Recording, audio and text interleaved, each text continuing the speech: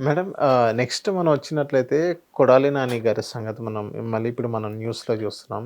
ఎప్పుడైతే జగన్మోహన్ రెడ్డి గారు ప్రభుత్వం అధికారంలోకి వచ్చిన తర్వాత కొడాలి నాని గారు అదే టికెట్ తీసుకొని ఎమ్మెల్యే అయ్యారు, మంత్రి అయ్యారు.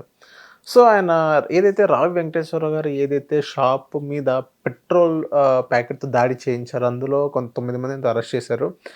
కొంతమంది అదుపులో తీసుకున్నారు. అది అదుపులో పెద్దకొరపాడు స్టేషన్‌లో వేయడం జరిగింది. సో, దీని వెనక అనుచరులు మొత్తం కొడాలి నాని గారి వైపు ఎందుకు వేలెత్తి చూపిస్తున్నాయి? అవును, ఆయన అనుచరులు కాబట్టి. హ్మ్. ఇప్పుడు కొడాలి నానికి, రావి వెంకటేశ్వరరావుకి విభేదాలు ఉన్నాయని జగమెరిగిన సత్యం. మరి అలాంటప్పుడు రావి వెంకటేశ్వరరావు మీదకి ఎవరు పంపిస్తారు? రాజకీయ ప్రత్యర్థి కాబట్టి అతనిపైకి కొడాలి నానియే పంపించగలుగుతాడు. మీకు ఒక ఎగ్జాంపుల్ చెప్పాలంటే మల్లీశ్వర్ సినిమాలో ఆమె పలానా రాజకుమారి అని చెప్పి ఇప్పుడు ఆమె మీద మల్లీశ్వరి ఆమెకి ప్రాణహాని ఉంది అని చెప్పి ఆమె తండ్రి తాలూకు వారి వైపు నుంచి ఒక అపాయం పొంచి ఉంది అని చెప్పి ఆ అమ్మాయిని చాలా దాచి జాగ్రత్తగా పెడతా ఉంటారు. ఎంత దాచి పెట్టాలని చూసినా కానీ ఆ అమ్మాయి ఎక్కడుంటే అక్కడికి వెళ్ళి ఆ అమ్మాయిని చంపాలని ప్రయత్నం చేస్తారు. ఎందుకు చేస్తారు, చంపాలని ఎందుకు చూస్తారు అంటే ఆ అమ్మాయి వెనక మళ్ళీ కోట్ల ఆస్తి ఉంది కాబట్టి ఆ అమ్మాయి చచ్చిపోతే వాళ్ళకే వెళ్తుంది కాబట్టి ఆ ఆస్తి.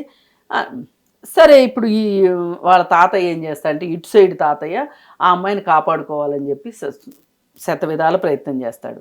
అయితే అప్పుడు ఒక ఐడియా వస్తుంది వీళ్ళకి, ఇల్లు అలసిపోతారు కాపాడుకుని. అసలు ఈ యువరాణిని ప్రపంచానికి పరిచయం చేసేస్తే ఈమెకి ప్రపంచం మొత్తానికి తెలుసు వీళ్ళకి గొడవలు ఉన్నాయని.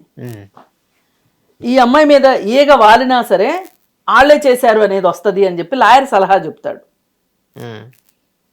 అవునా? దాన్ని మనం ఇక్కడ అన్వయించుకుంటే అసలు రావి వెంకటేశ్వరరావు మీదకి ఇంకెవరు వస్తారు అంత ధీమాగా ధైర్యంగా? కొడాలి నాని రాయంటే ఆకురవుడి తప్పితే ఆకురవుడి ఆయనకి మరి అనుచరుల ద్వారానేగా వీళ్ళు చేసేది. వీళ్ళు పెద్ద పిరికి పందలు, నాయకులు ఎవరైతే ఉంటారో వాళ్ళు పిరికి పందలు. ఫ్యాక్షన్ లీడర్స్ కూడా అంతే. ఫ్యాక్షన్ లీడర్స్ అంత పిరికి పందలు ఎవరు ఉండరు. వాళ్ళు ఎవరి మీద ఆధారపడి బతుకుతారు అంటే వాళ్ళ కింద ఉన్న గ్యాంగుల మీద ఆధారపడి బతుకుతారు. వాళ్ళు చస్తే గ్యాంగులు కొట్టుకుంటారు.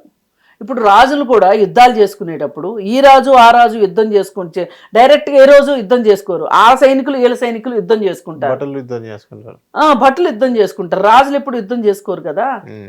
అలాగే ఇక్కడ కూడా అంతే. కొడాలి నాని ఇంట్లోనే కూర్చుంటాడు.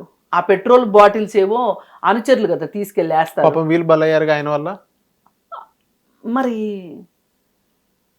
అవ్వాల్సిందంటారు. మరి ఏం చేస్తారు? వాళ్ళకి తెలిసి ప్రమాదంలోకి చిక్కున్నారు కదా.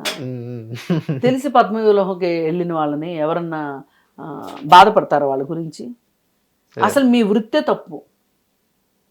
ప్రమాదకరమైన వృత్తిలో మీరు ఎంచుకున్నారు, మీదే తప్పు. మీకు అర్థం కావాలి. మీలాంటి వాళ్ళ ప్రాణాలతోటి చెలగాటమాడి వాళ్ళు నాయకులుగా చలామణి అవుతున్నారు అనే బుద్ధి జ్ఞానం మీకు ఉండాలి. అందుకని రావి వెంకటేశ్వరరావు మీద ఇంకెవ్వరూ చేసే అవకాశం లేదు. కేవలం కొడాలి నానియే చేస్తాడు కాబట్టి కొడాలి నానియే దీనికి కారణం. చేయటం రెండూ నేరమే. ఓకే.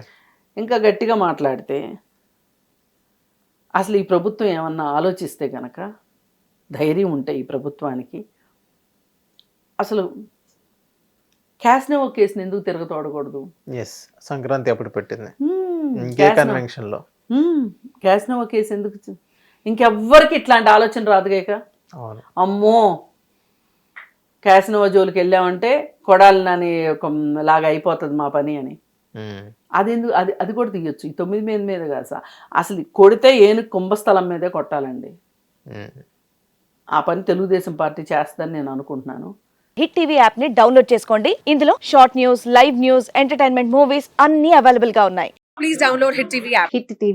హిట్ టీవీ యాప్ ని ఫ్రీగా డౌన్లోడ్ చేసుకోండి.